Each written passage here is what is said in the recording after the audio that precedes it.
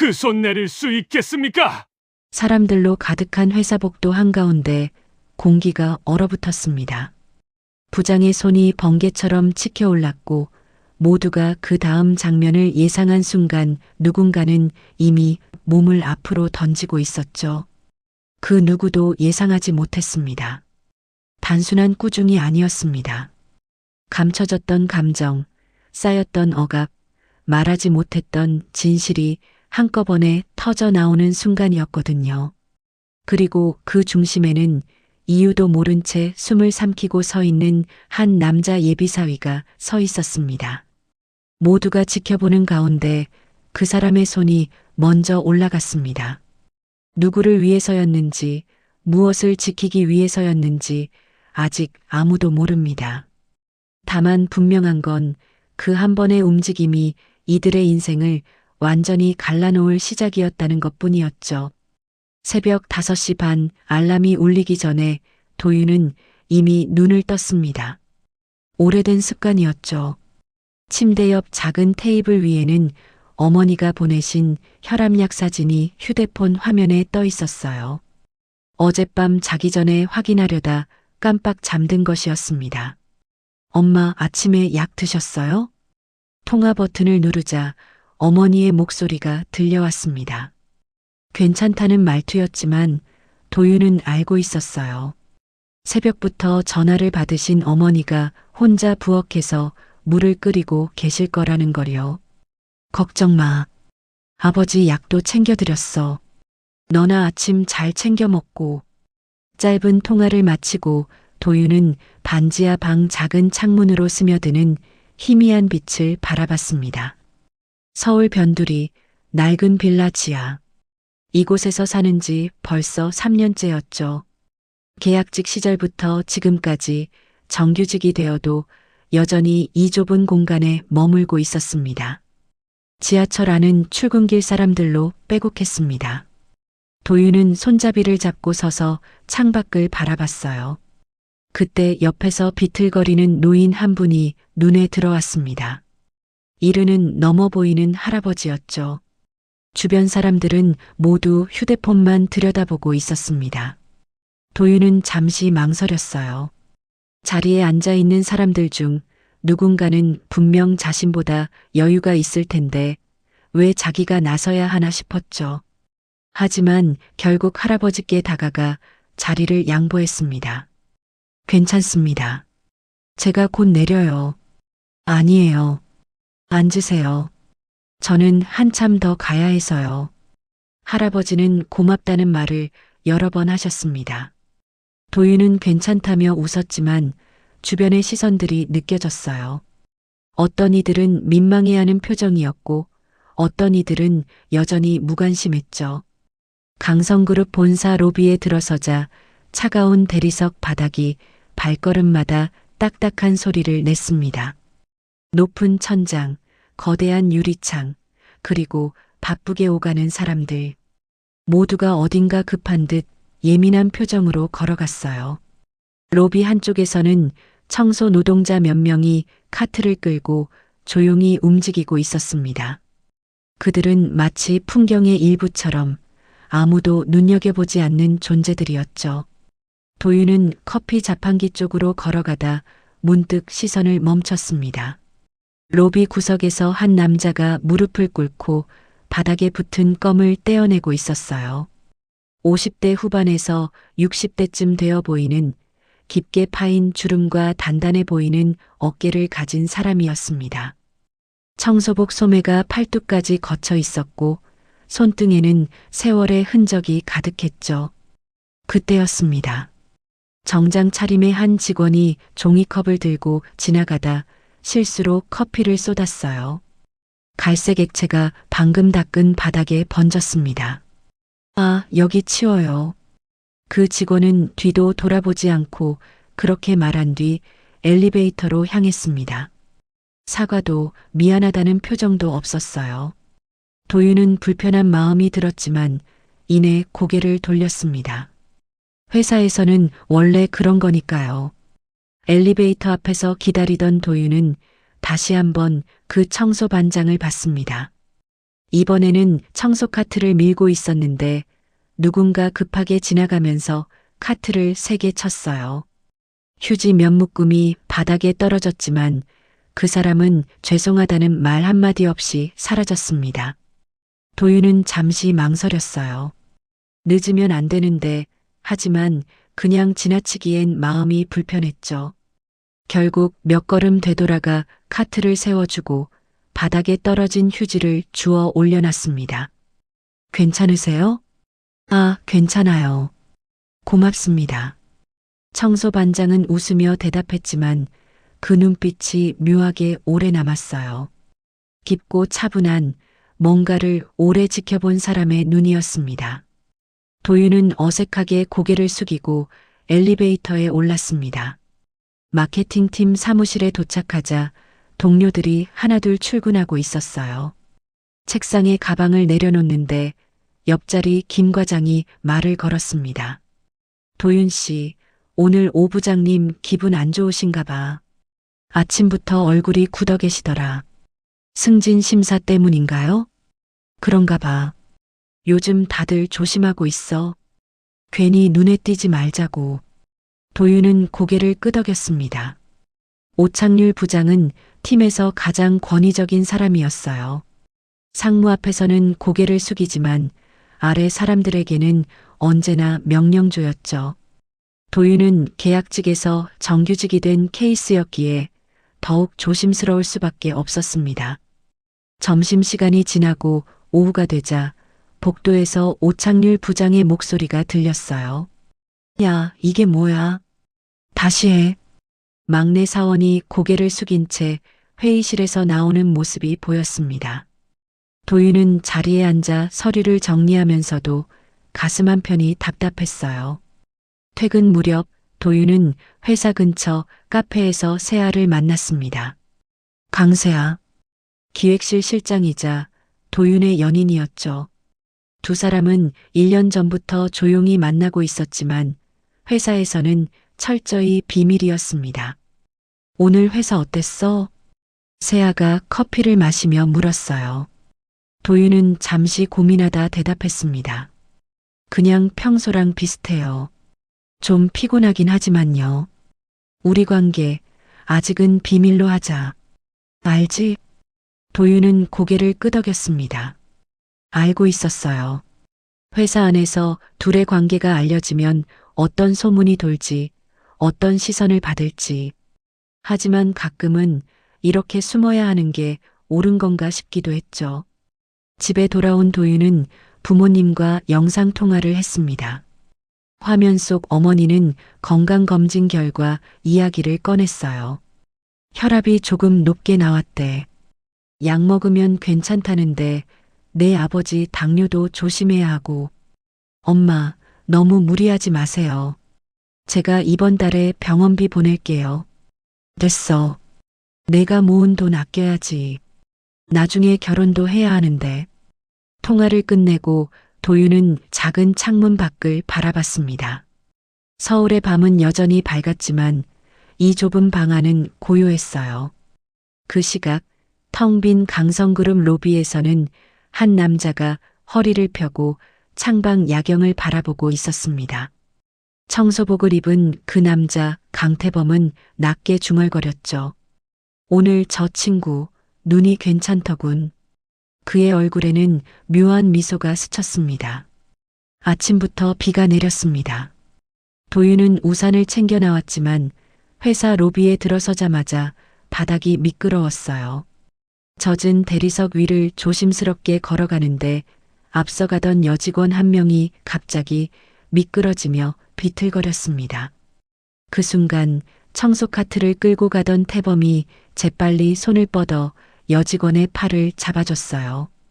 넘어질 뻔한 위기를 간신히 모면한 여직원은 놀란 표정으로 균형을 잡았습니다. 하지만 고맙다는 말은 없었죠. 그녀는 어색하게 옷매무새만 다듬고는 그대로 엘리베이터로 향했습니다. 태범은 아무 말 없이 다시 바닥을 닦기 시작했어요. 도윤은 그 모습을 보며 가슴 한편이 무거워졌습니다. 사람을 구해줘도 감사 인사조차 받지 못하는 존재들. 이 회사에는 그런 사람들이 너무 많았어요. 마케팅팀 회의실은 오전 10시부터 긴장감으로 가득했습니다. 오창률 부장이 주재하는 주간 회의였죠.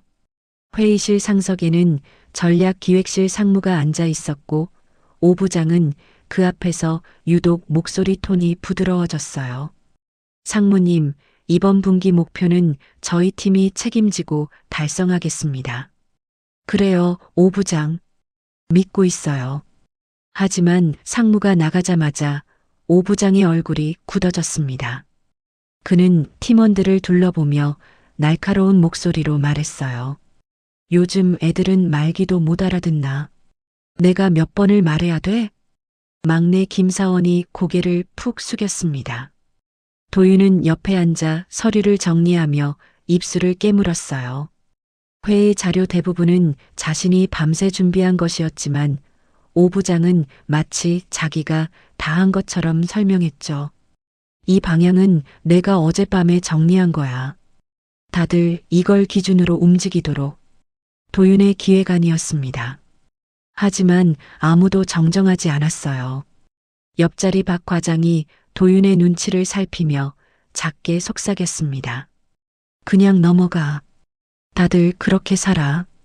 여기서 정에 찾으려 하면 너만 힘들어. 회의가 끝나고 복도를 걷는데 가슴속에서 뭔가 꾹꾹 눌리는 느낌이었어요. 도윤은 한숨을 쉬며 휴게실로 향했습니다. 커피 한 잔이라도 마시고 마음을 가라앉혀야 했죠. 휴게실 자판기 앞에 섰을 때 문득 옆에서 익숙한 모습이 보였습니다. 청소복을 입은 태범이 걸레를 빨고 있었어요. 도윤은 잠시 망설이다가 자판기에 동전을 2개 넣었습니다. 캔 커피 2개가 떨어졌죠. 어르신, 이거 드세요.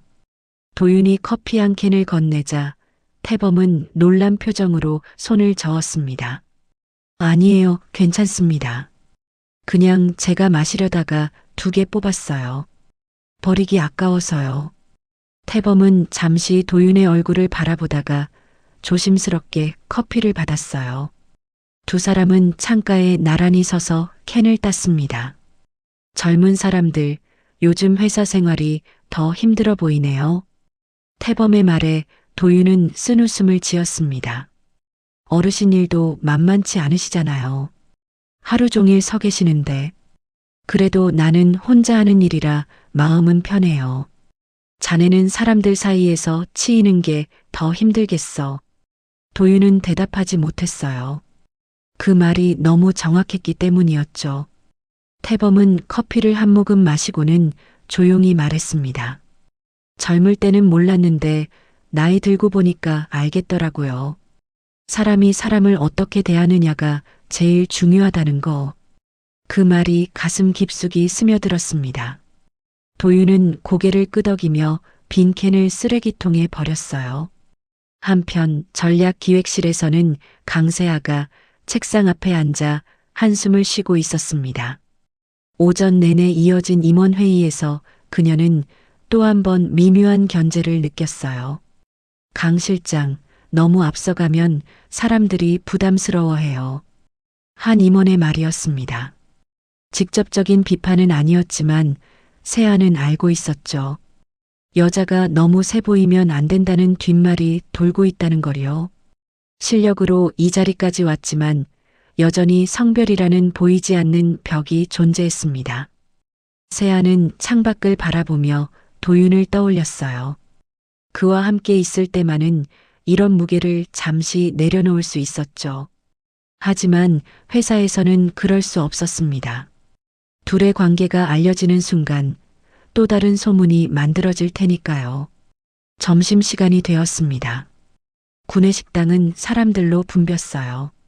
도윤은 식판을 들고 자리를 찾다가 한쪽 구석에 청소팀 직원들이 모여 앉아 있는 걸 봤습니다.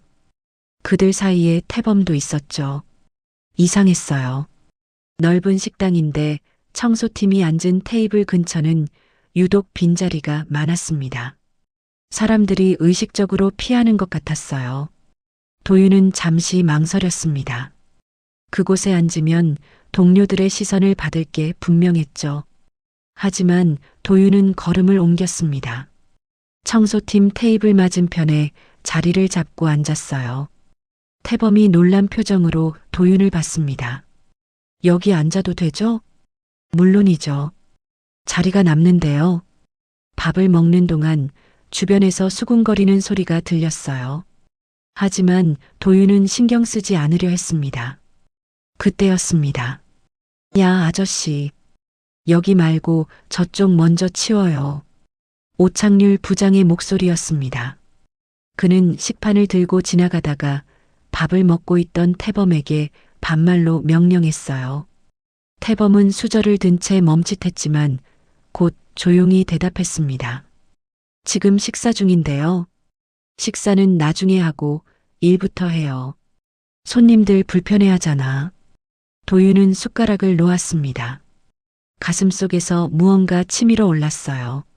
하지만 입을 열 수가 없었습니다. 여기서 오 부장에게 대들면 자신의 처지가 어떻게 될지 뻔했으니까요. 태범은 천천히 자리에서 일어났습니다. 그의 눈빛에는 분노도 슬픔도 없었어요. 그저 담담했죠. 마치 이런 일이 처음이 아니라는 듯 익숙한 표정이었습니다. 도윤은 그 모습을 보며 고개를 숙였어요. 부끄러웠습니다. 자신이 비겁하다는 걸 알면서도 아무것도 할 수 없는 자신이 한심했죠. 퇴근 후 도윤은 세아와 만났습니다. 카페가 아닌 한강변 벤치였어요. 두 사람은 나란히 앉아 강물을 바라봤습니다.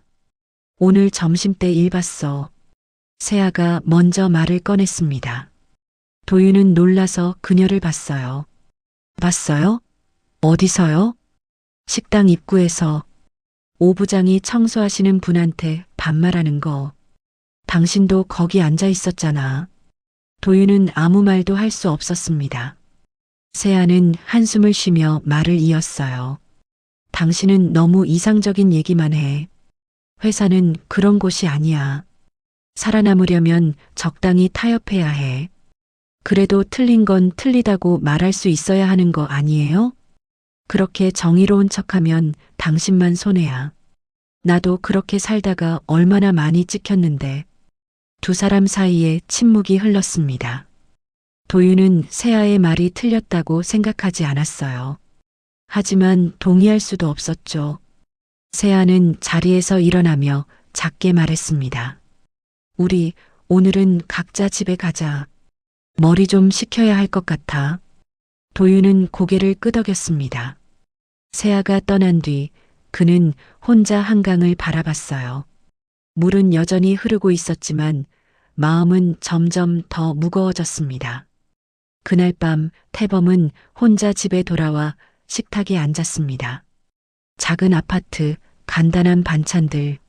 식탁 한쪽에는 빈 의자가 있었어요. 오래전 세상을 떠난 아내가 앉던 자리였죠. 태범은 밥을 떠먹으며 오늘 하루를 떠올렸습니다.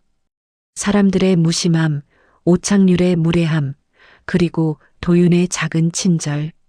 그 모든 것이 머릿속을 스쳤어요. 젊은 친구가 참 힘들겠구나. 혼잣말이 식탁 위로 흩어졌습니다. 태범은 창밖을 바라보며 천천히 숨을 들이쉬었어요. 이 시험은 생각보다 오래 걸릴 것 같았습니다. 회사에서는 소문이 돌기 시작했어요. 오창률 부장의 승진이 거의 확정됐다는 얘기였죠. 그 소문을 들은 마케팅팀 분위기는 더욱 얼어붙었습니다. 프로젝트가 시작되었습니다. 강성그룹 창립 50주년 기념 캠페인이었어요. 전 직원이 주목하는 대형 프로젝트였고 마케팅팀이 실무를 총괄하게 되었죠. 회의실에 모인 팀원들 앞에서 오창률 부장이 말했습니다. 이번 프로젝트는 우리 팀의 운명이 걸려 있어. 특히 한대리, 자네가 실무 총괄이니까 책임지고 해. 알겠습니다, 부장님. 도윤은 대답했지만 가슴 한편이 무거워졌어요. 실무 총괄이라는 말은 곧 모든 일을 떠맡는다는 뜻이었죠. 오 부장은 뒤로 빠지면서도 공은 자기가 가져가려 할 게 분명했습니다. 내 이름만 안 빠지게 해라. 알았지? 그날부터 야근이 시작되었습니다. 밤 10시, 11시까지 사무실에 불이 켜져 있었어요. 팀원들도 지쳐갔지만 누구도 먼저 가자는 말을 꺼내지 못했습니다. 오 부장이 언제 나타날지 몰랐으니까요. 어느 날 저녁 박 과장이 가방을 들고 일어섰습니다. 나 먼저 갈게. 애가 아파서. 네, 과장님. 조심히 가세요. 도윤은 웃으며 대답했지만 속으로는 부러웠어요. 적어도 가야 할 이유라도 있는 사람은 떠날 수 있었으니까요. 옆자리 이 대리는 여전히 자리를 지키고 있었습니다. 도윤 씨, 커피 한 잔 할래요? 고마워요. 저도 머리 좀 식혀야겠어요. 두 사람은 복도로 나와 자판기 커피를 뽑았습니다. 이 대리는 30 중반의 여자 직원이었어요. 입사 동기는 아니었지만 비슷한 시기에 정규직이 된 사람이라 자주 대화를 나눴죠. 요즘 부장님 너무 심하지 않아요? 맨날 한 대리만 시키잖아요. 괜찮아요. 배우는 게 많으니까요. 도윤은 그렇게 말했지만 사실 지쳐가고 있었습니다. 밤낮 없이 일하는데도 인정받는 건 늘 다른 사람이었어요. 회의에서는 오 부장이, 보고서에는 상무의 이름이 먼저 올라갔죠. 복도를 걷던 중 이 대리가 갑자기 비틀거렸습니다. 계단 입구의 턱에 발이 걸린 거예요. 도윤은 순간적으로 손을 뻗어 그녀의 팔을 잡았습니다. 들고 있던 서류가 바닥에 쏟아졌지만 이 대리는 넘어지지 않았어요. 아, 깜짝이야. 고마워요. 괜찮아요? 다치지 않았죠? 네, 괜찮아요. 조심해야 하는데. 두 사람은 바닥에 흩어진 서류를 함께 주었습니다. 이 대리가 웃으며 말했어요. 도윤 씨는 진짜 착해요. 회사에서 보기 드문 사람이에요. 그런가요? 별거 아닌데요. 그들은 서류를 정리하며 잠깐 웃었습니다. 긴장이 풀리는 순간이었죠. 하지만 그 짧은 순간을 누군가 지켜보고 있었습니다. 복도 끝에서 강세아가 서 있었어요. 그녀는 늦게 퇴근하려던 참이었는데 우연히 그 장면을 봤죠. 도윤과 이대리가 가까이 서서 웃고 있는 모습, 이대리가 도윤의 팔을 잡고 있는 장면. 세아의 가슴속에서 뭔가 찌릿했습니다. 질투였을까요? 불안이었을까요? 그녀는 그 자리에서 조용히 몸을 돌렸어요. 엘리베이터를 타고 내려가면서도 그 장면이 머릿속에 남았습니다. 내가 모르는 면이 있는 걸까? 같은 시각 복도 반대편에서 청소를 하던 태범도 그 장면을 봤습니다. 그는 걸레를 쥔 손을 멈추고 멀찍이 서 두 사람을 지켜봤어요. 도윤의 표정, 이 대리의 웃음, 그들 사이의 거리. 태범의 얼굴이 미묘하게 굳어졌습니다. 하지만 그는 바로 판단하지 않았어요. 한 장면만으로 사람을 평가할 수는 없었으니까요. 태범은 다시 바닥을 닦기 시작했습니다. 다만 마음속으로 이 젊은이를 더 지켜봐야겠다고 생각했죠. 그날 저녁 도윤은 세아와 만났습니다. 회사 근처 조용한 식당이었어요. 하지만 세아의 분위기가 평소와 달랐습니다. 밥을 먹는 내내 그녀는 이상하게 말이 없었어요. 무슨 일 있어요? 도윤이 조심스럽게 물었습니다. 세아는 젓가락을 놓고 도윤을 똑바로 봤어요. 오늘 회사에서 누구 만났어? 네, 팀원들이랑 일했죠. 왜요? 그냥 요즘 회사에서 재밌는 일 있나 봐? 세아의 목소리가 날카로워졌습니다. 도윤은 당황했어요.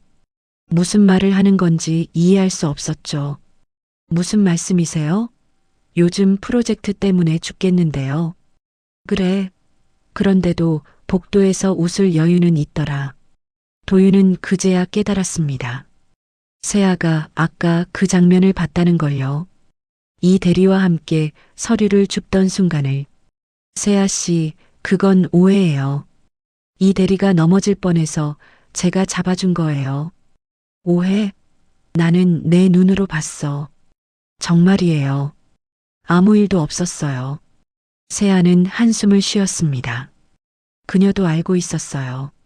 자신이 지나치게 민감하게 반응하고 있다는 걸요. 하지만 마음이 불안했습니다. 회사에서의 압박, 숨겨야 하는 관계, 그리고 도윤에 대한 믿음과 의심 사이의 경계. 미안해. 내가 요즘 예민한가 봐. 괜찮아요. 저도 이해해요. 하지만 두 사람 사이에는 미묘한 균열이 생겼습니다. 보이지 않지만 분명히 존재하는 금이었죠. 한편 회사 사내 익명 게시판에는 이상한 글들이 올라오기 시작했습니다. 마케팅팀 한 대리, 윗선에 잘 붙어서 승진하는 거 아님? 계약직 출신이라더니 요즘 기획실이랑 자주 보인다던데요. 어떻게 연줄이 있는 걸까요? 실력만으로는 설명이 안 되는데요. 글들은 익명이었지만 악의가 담겨 있었어요. 도윤은 그 글들을 보며 주먹을 꽉 쥐었습니다. 누가 이런 글을 쓰는 걸까요? 왜 자신을 이렇게 몰아가는 걸까요?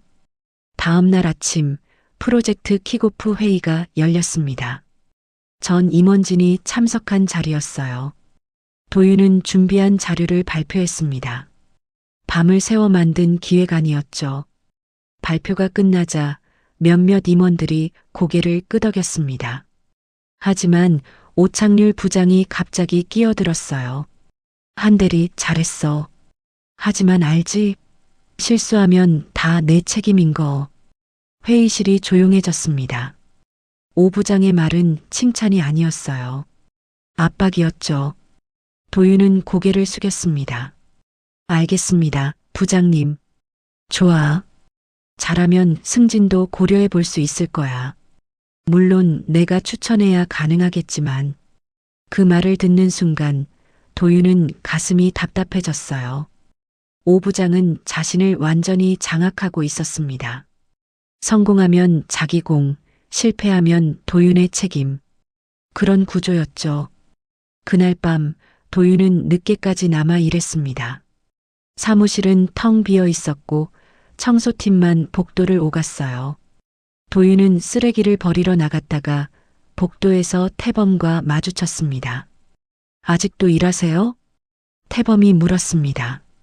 도윤은 고개를 끄덕이며 쓰레기 봉투를 들었어요. 네, 조금만 더 하면 될 것 같아서요. 힘들겠네요. 괜찮아요. 익숙해요.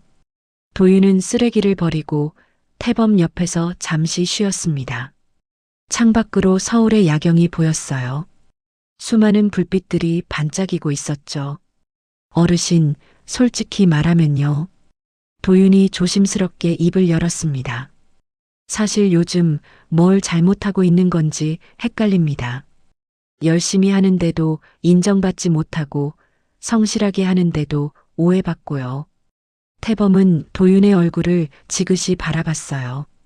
그 눈빛에는 깊은 이해가 담겨 있었습니다. 사람이 많아지면 진실은 오히려 잘 안 보일 때가 있어요. 소문이 진실보다 빠르고 오해가 사실보다 크게 느껴지죠. 그럼 어떻게 해야 하나요? 그래도 내가 뭘 지키고 싶은지만은 잃지 마. 사람들이 뭐라 하든 내가 누구인지는 내가 제일 잘 아는 거니까. 태범의 말은 무겁고 단단했습니다. 도윤은 고개를 끄덕였어요. 가슴속에서 뭔가 조금 풀리는 느낌이었죠. 고맙습니다, 어르신. 좋은 말씀 들었어요. 천만에요. 힘내요, 젊은이. 태범은 다시 청소 카트를 밀고 복도로 향했습니다. 도윤은 그 뒷모습을 보며 이상하게 마음이 편안해졌어요. 저 어르신은 왜 이렇게 마음이 따뜻할까요? 도윤은 사무실로 돌아가 다시 컴퓨터 앞에 앉았습니다.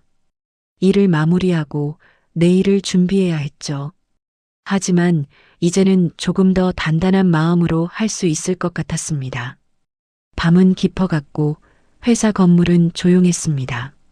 하지만 보이지 않는 곳에서는 오해의 씨앗들이 조금씩 자라고 있었어요. 프로젝트 마감을 하루 앞둔 아침, 사무실은 새벽부터 술렁였습니다. 핵심 재무 데이터 일부가 서버 오류로 사라졌다는 연락이 IT팀에서 날아왔던 거예요. 도윤은 모니터 앞에서 손가락을 빠르게 움직이며 백업 파일을 찾아 헤맸습니다. 밤새 작업했던 엑셀 시트와 메모가 담긴 노트를 뒤적이면서 마지막 저장 시점의 수치를 하나하나 대조했어요. 원본 데이터는 분명 이거였는데 도윤의 목소리는 작았지만 그 안에는 확신이 담겨 있었습니다. 회의실로 향하는 복도에서 그는 프린트한 자료를 꼭 쥐고 있었어요. 손바닥에 땀이 배어들었습니다. 회의실 안은 이미 긴장감으로 가득했습니다. 오창률 부장은 테이블 한가운데 앉아 팔짱을 낀 채 날카로운 눈빛으로 도윤을 후쳐봤어요. 한 대리, 설명 좀 해봐. 어떻게 이런 일이 생긴 거야? 오 부장의 목소리는 차가웠습니다. 도윤은 침착하게 자료를 펼치며 말했어요. 부장님, 제가 확인한 원본 데이터는 이겁니다. 서버에 올라간 수치와 다른 부분이 있어서요. 뭐? 오창률의 표정이 굳었습니다. 그는 자료를 낚아채듯 가져가 훑어본 뒤 얼굴이 붉어지기 시작했어요. 내가 틀렸다는 거냐? 지금? 아닙니다. 다만 원본 기록과 차이가 있어서 확인이 필요하다는. 야, 한도윤. 오 부장의 목소리가 회의실을 가득 채웠습니다. 테이블을 탁 치는 소리가 울렸고 참석했던 다른 팀원들은 고개를 숙였어요. 아무도 눈을 마주치지 않았습니다. 회의는 어정쩡하게 끝났고 도윤은 복도로 나왔습니다. 그런데 뒤에서 따라 나온 오창률이 큰 목소리로 그를 불러 세웠어요. 한 대리, 잠깐. 복도는 점심시간을 앞두고 사람들로 북적였습니다. 오 부장은 그런 것쯤 신경 쓰지 않는다는 듯 도윤을 벽 쪽으로 몰아세웠어요. 내가 감히 날 의심해? 계약직 출신이 어디서 설치는 거야? 주변에서 걸음을 멈추는 사람들이 하나둘 생겼습니다. 복도 한쪽에는 반원형으로 직원들이 서서 상황을 지켜봤어요. 누군가는 핸드폰을 만지작거렸고 누군가는 고개를 돌렸습니다. 아무도 나서지 않았어요. 도윤은 입술을 깨물었습니다. 가슴이 답답했지만 그는 목소리를 가다듬으며 말했어요. 부장님, 이건 사실과 다릅니다. 책임지겠습니다. 하지만 거짓은. 거짓? 야, 이 새끼가 진짜. 오창률의 손이 번쩍 올라갔습니다. 도윤은 본능적으로 눈을 질끈 감았어요. 주변 공기가 얼어붙는 것 같았습니다. 그런데 예상했던 충격은 오지 않았습니다. 대신 누군가의 손이 오창률의 손목을 거칠게 잡아챘어요. 청소복 소매가 보였고 두껍고 거친 손등이 오 부장의 팔을 꽉 붙들고 있었습니다. 이 회사에서 사람을 이렇게 다루나? 낮고 단단한 목소리였습니다. 도윤은 천천히 눈을 떴어요. 청소반장이었던 그 어르신이 강태범이 오 부장의 손목을 잡은 채 서 있었습니다. 태범의 눈빛은 더 이상 온화하지 않았어요. 차갑고 무거웠습니다. 저기, 청소반장 아니었어? 뭐야, 왜 저래? 복도에 모인 직원들 사이로 속삭임이 퍼져나갔습니다. 오창률은 손목을 빼내려 했지만 태범의 소나기는 생각보다 단단했어요. 당신 누군데? 뭐야, 지금? 그때 엘리베이터 문이 열리며 비서실 직원 2명이 허겁지겁 뛰어왔습니다. 그들은 태범을 보자마자 숨을 헐떡이며 고개를 숙였어요. 회장님, 저희가 늦었습니다. 복도가 얼어붙었습니다. 회장님? 도윤의 머릿속이 하얗게 비었습니다. 청소반장이었던 그 사람이 매일 아침 로비 바닥을 닦던 그 어르신이 강성그룹의 회장이었다는 거예요. 오창률의 얼굴은 순식간에 새하얗게 질렸습니다. 태범은 천천히 오부장의 손목을 놓았습니다. 그리고 복도에 모인 직원들을 한 명 한 명 둘러봤어요. 누구도 그의 시선을 마주하지 못했습니다. 오늘 일 여기서 끝나지 않을 겁니다. 태범의 목소리는 조용했지만 복도 전체를 울렸습니다. 전사윤리위원회 소집하세요. 예, 회장님. 비서실 직원이 재빨리 대답했습니다. 태범은 도윤을 잠시 바라봤어요. 그 눈빛 속에는 걱정과 안타까움과 그리고 뭔가 다른 감정이 섞여 있었습니다. 복도에 서 있던 모든 사람들이 어떻게 서 있어야 할지 몰라 망설였습니다. 공기는 무겁고 숨소리조차 조심스러웠어요. 태범은 천천히 걸음을 옮겼고 사람들은 자연스럽게 길을 비켜줬습니다. 도윤은 그 자리에 멍하니 서 있었습니다. 가슴이 두근거렸고 손은 떨렸어요. 청소복을 입은 회장의 뒷모습이 복도 저편으로 사라질 때까지 그는 한 발짝도 움직일 수 없었습니다. 산의 메이람이 울렸습니다. 제목은 간결했어요. 전사윤리위원회 개최 공고 마이너스 업무상 부당행위 관련 조사. 도윤은 모니터를 멍하니 바라봤습니다. 손가락 끝이 차가웠어요. 복도는 그날 이후 묘하게 조용했습니다. 사람들은 서로 눈을 마주치지 않으려 했고 대화는 최소한으로 줄었어요. 복사기 앞에서도 화장실에서도 누군가는 속삭였습니다. 부장이 회장 앞에서 사람을 때리려 했대. 청소하던 분이 회장이었다더라. 우리 그동안 뭐 한 거야? 나 그분한테 한번 반말한 적 있는데 어떡하지? 소문은 빠르게 퍼졌습니다. 누군가는 불안해했고 누군가는 후회했어요. 도윤은 그런 분위기 속에서 하루하루를 버텼습니다. 일은 손에 잡히지 않았어요. 서류를 펼쳐도 글자가 눈에 들어오지 않았습니다. 저녁 세아에게서 전화가 왔습니다. 도윤 씨 괜찮아요? 세아의 목소리는 평소와 달리 조심스러웠어요.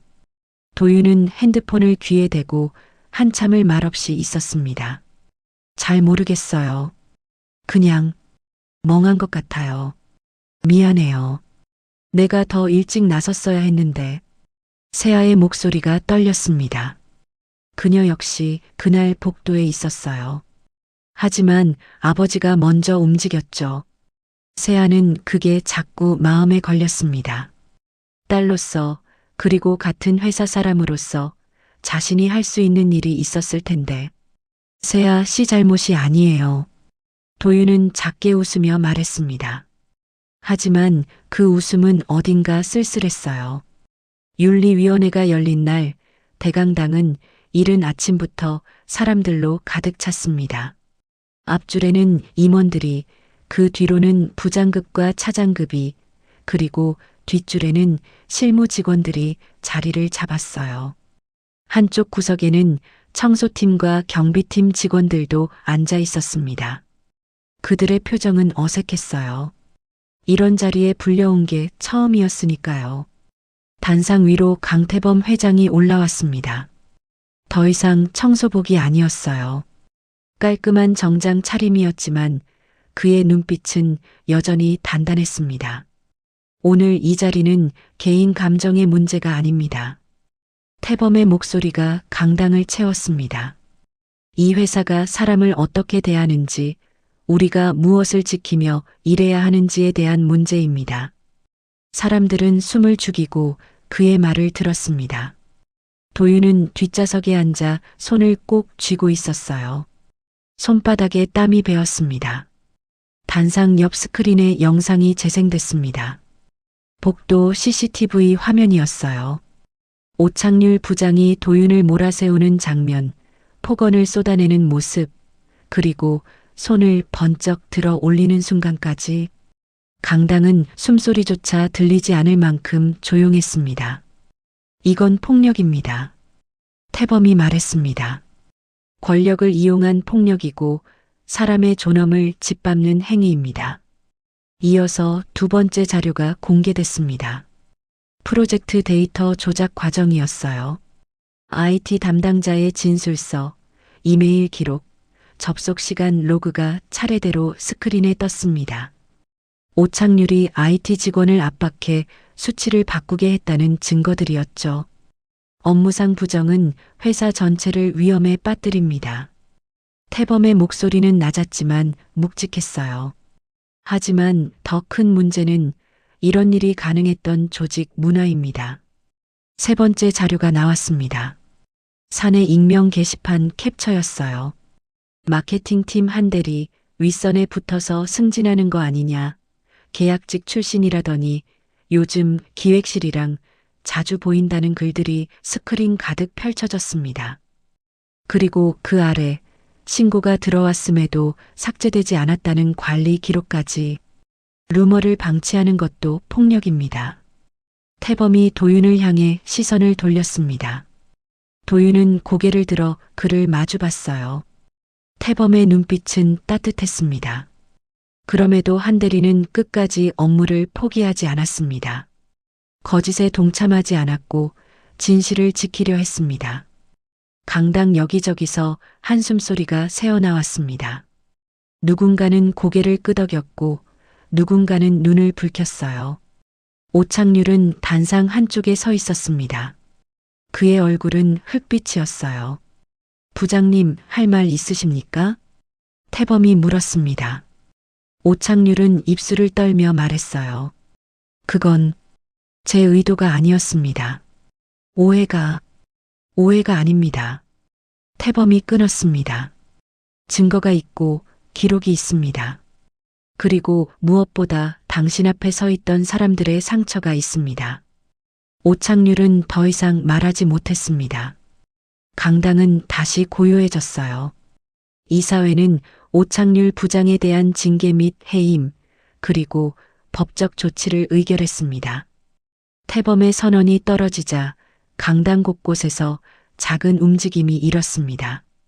누군가는 안도했고 누군가는 숙연한 표호로 고개를 숙였어요. 회의가 끝난 후 도윤은 복도를 천천히 걸었습니다. 다리에 힘이 없었어요. 그때 세아가 멀리서 다가왔습니다. 두 사람은 조용한 회의실 앞에 마주 섰어요. 할 말이 많은데 어디서부터 시작해야 할지 모르겠어요. 세아가 먼저 말했습니다. 도윤은 고개를 끄덕였어요. 저도요. 두 사람은 그렇게 잠시 서 있었습니다. 말하면 무너질 것 같았어요.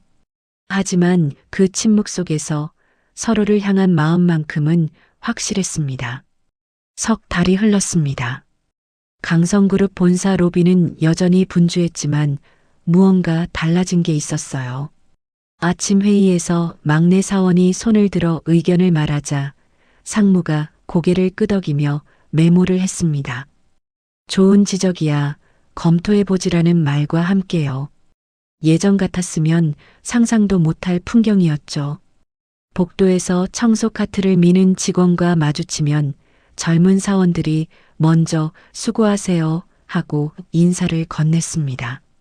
처음엔 어색했어요. 하지만 이제는 자연스러웠습니다. 작은 것들이 하나씩 바뀌고 있었어요. 도윤은 인사제도 개선 TF 회의실에 앉아 있었습니다. 테이블 위에는 두툼한 자료들이 놓여 있었어요. 익명 신고 시스템 강화 방안, 직급별 인권 교육 커리큘럼, 비정규직 처우 개선안. 도윤은 형광펜으로 중요한 부분을 표시하며 생각에 잠겼습니다. 시스템을 바꾸는 게 사람을 바꾸는 것보다 빠를 수도 있어요. 옆에 앉은 인사팀 차장이 말했습니다. 도윤은 고개를 끄덕였어요. 하지만 결국 사람이 시스템을 움직이잖아요. 둘 다 필요한 것 같아요. 회의가 끝나고 도윤은 세아와 약속한 카페로 향했습니다. 창가 자리에 앉은 세아는 노트북을 열어두고 있었어요. 화면에는 프레젠테이션 자료가 떠 있었습니다. 여성 리더십 강화 프로그램 제안서라는 제목이 보였죠. 요즘 바빠 보이네요. 도윤이 커피를 내려놓으며 말했습니다. 세아는 피곤한 듯 웃으며 노트북을 덮었어요. 이번 일 겪으면서 생각이 많아졌어요. 나도 결국 방관자였구나 하는. 그런 거 아니에요. 아니에요. 맞아요. 세아의 목소리는 담담했습니다. 아버지가 보여준 건 용기였어요. 나이도 지위도 상관없이 옳은 일을 하는 거. 나는 그걸 못했죠. 도윤은 세아의 손을 가만히 잡았습니다. 그녀의 손은 차가웠어요. 지금 하고 있잖아요. 세아는 도윤을 바라봤습니다. 그의 눈빛은 여전히 따뜻했어요. 그녀는 작게 숨을 내쉬며 고개를 끄덕였습니다. 주말 도윤과 세아는 태범의 초대로 오래된 국밥집에 갔습니다. 좁은 골목 안쪽 낡은 간판이 삐걱거리는 곳이었어요. 태범은 이미 구석자리에 앉아 있었습니다. 그는 두 사람을 보자 손을 들어 반겼어요. 여기 국밥이 70년 전통이야. 사장님이 내 대학 동기 아버지였거든. 태범은 메뉴판도 보지 않고 주문했습니다. 국밥 3개요. 사장님이 태범이 또 왔네하며 웃었어요. 이곳에서만큼은 그도 그냥 단골 손님이었습니다. 김이 모락모락 나는 국밥이 나왔습니다. 세 사람은 잠시 말없이 숟가락을 들었어요. 뜨끈한 국물이 목을 타고 내려갔습니다. 아빠, 세아가 조심스럽게 입을 열었습니다. 사실 그때 전 도윤 씨를 오해했었어요. 태범은 국밥을 떠먹다 멈췄습니다. 세아는 고개를 숙인 채 말을 이었어요. 복도에서 여직원이랑 있는 거 보고 괜히 이상한 생각했어요. 믿지 못한 거죠. 그랬구나. 태범은 짧게 대답했습니다. 그리고 숟가락을 내려놓았어요. 나도 그랬다. 세아가 고개를 들었습니다. 태범은 멀리 창밖을 바라보며 말했어요. 처음엔 시험한다는 마음이 컸어. 내가 데려온 사람이 어떤 사람인지 제대로 보고 싶었지. 그런데 시간이 지나니까 알겠더라고. 태범이 도윤을 바라봤습니다. 시험이 필요한 건 내가 아니라 이 회사였어. 사람을 제대로 대하고 있는지, 우리가 뭘 놓치고 있는지. 도윤은 숟가락을 든 채 멈춰 있었습니다. 가슴이 뜨거워졌어요. 나이 먹는다고 사람이 덜 어리석어지는 건 아니더라. 오히려 고집만 세지. 태범이 쓴웃음을 지었습니다. 하지만 늦게라도 배우는 게 중요하잖아. 그치? 세아의 눈가가 붉어졌습니다. 도윤은 고개를 끄덕이며 국밥을 한 숟가락 떴어요. 국물이 짰습니다. 아니, 눈물이 섞인 건지도 몰랐어요. 몇 주 후 도윤과 세아는 양가 부모님을 모시고 작은 식당에 모였습니다. 결혼 이야기를 꺼내기 위해서였어요. 도윤의 어머니는 수줍게 웃으며 세아의 손을 잡았습니다. 우리 아들 잘 부탁드려요. 어머님, 제가 더 잘 부탁드려야죠. 세아도 두 손으로 어머니 손을 감쌌습니다. 태범은 도윤의 아버지와 소주잔을 부딪혔어요. 사돈 어르신, 건강관리 잘하셔야 합니다. 손주 보려면요. 하하, 회장님이 그러시니 뭐. 회장은 무슨. 그냥 태범이라 부르십시오. 두 아버지는 웃으며 잔을 비웠습니다. 테이블 위에는 김치찌개가 보글보글 끓고 있었어요. 평범한 식당, 평범한 음식, 평범한 사람들의 웃음소리. 태범은 그 풍경을 바라보며 생각했습니다. 이게 진짜 부자로 사는 거구나. 결혼식은 조촐했습니다. 호텔 대신 작은 예식장을 수백 명 하객 대신 가까운 사람들만 초대했어요. 태범은 짧은 축사를 했습니다. 제 인생 최고의 투자가 뭐였는지 아십니까? 하객들이 귀를 기울였습니다. 주식도 아니고 건물도 아니었습니다. 사람이었어요. 사람을 믿고 사람을 지키는 것. 그게 가장 값진 투자였습니다. 박수가 터져 나왔습니다. 도윤은 세아의 손을 꼭 잡았어요. 세아는 눈물을 닦으며 웃었습니다. 몇 달이 더 흘렀습니다. 어느 아침 강성그룹 로비에는 여전히 태범이 있었습니다. 더 이상 청소복은 아니었지만 가끔 일부러 현장을 돌았어요. 직원들은 이제 그를 보면 먼저 인사했습니다. 회장님, 좋은 아침입니다. 응, 수고해요. 경비 아저씨가 커피 한 잔을 건넸습니다. 제가 뽑은 거예요. 태범은 웃으며 받았어요. 퇴근길, 태범은 차 안에서 창밖을 바라봤습니다. 석양이 도시를 물들이고 있었어요. 핸드폰이 울렸습니다. 세아에게서 온 문자였죠. 아빠, 오늘 저녁 우리 집 오세요. 도윤 씨가 된장찌개 끓인대요. 태범은 작게 웃으며 답장을 보냈습니다. 간다.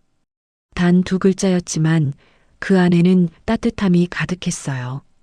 차는 천천히 움직였습니다. 저 멀리 아파트 불빛이 하나둘 켜지기 시작했어요. 누군가는 퇴근하고, 누군가는 저녁을 준비하고, 누군가는 사랑하는 사람을 기다리고 있겠죠. 태범은 창밖을 보며 혼잣말처럼 중얼거렸습니다. 이게 진짜 부자로 사는 거지. 그의 얼굴에는 잔잔한 미소가 번졌습니다. 나이 들어서야 알게 되는 것들이 있었어요. 돈보다 소중한 것, 권력보다 따뜻한 것, 그리고 사람이 사람에게 줄 수 있는 가장 큰 선물은 존중과 믿음이라는 것을요. 우리는 모두 저마다의 속도로 살아갑니다. 때로는 오해가 우리를 멀어지기도 하고 작은 친절이 다시 서로를 이어주기도 하죠. 오늘의 이야기가 당신 마음에 작은 온기 하나 남겼다면 그걸로 충분합니다. 당신의 하루에도, 당신의 관계에도 조용하지만 단단한 빛이 깃들길 바랍니다. 우리는 다시 서로를 믿는 법을 배워가는 중이니까요. 오늘 이야기가 당신의 마음에 작은 숨 한 번 쉬어갈 자리를 만들었길 바랍니다. 혹시 지금 이 순간 어디에서 이 시간을 함께하고 계신가요? 여러분의 자리에서 들려오는 한마디가 저에게는 큰 힘이 되고 다음 이야기를 이어가는 따뜻한 불씨가 됩니다. 듣고 느낀 점이 있다면 조심스레 댓글에 남겨주세요. 그리고 이 공간이 마음에 드셨다면 천천히 구독 버튼도 눌러주시고요. 당신과 나누는 이 작은 연결이 오늘도 누군가의 하루를 밝혀줄지 모릅니다. 늘 고맙습니다.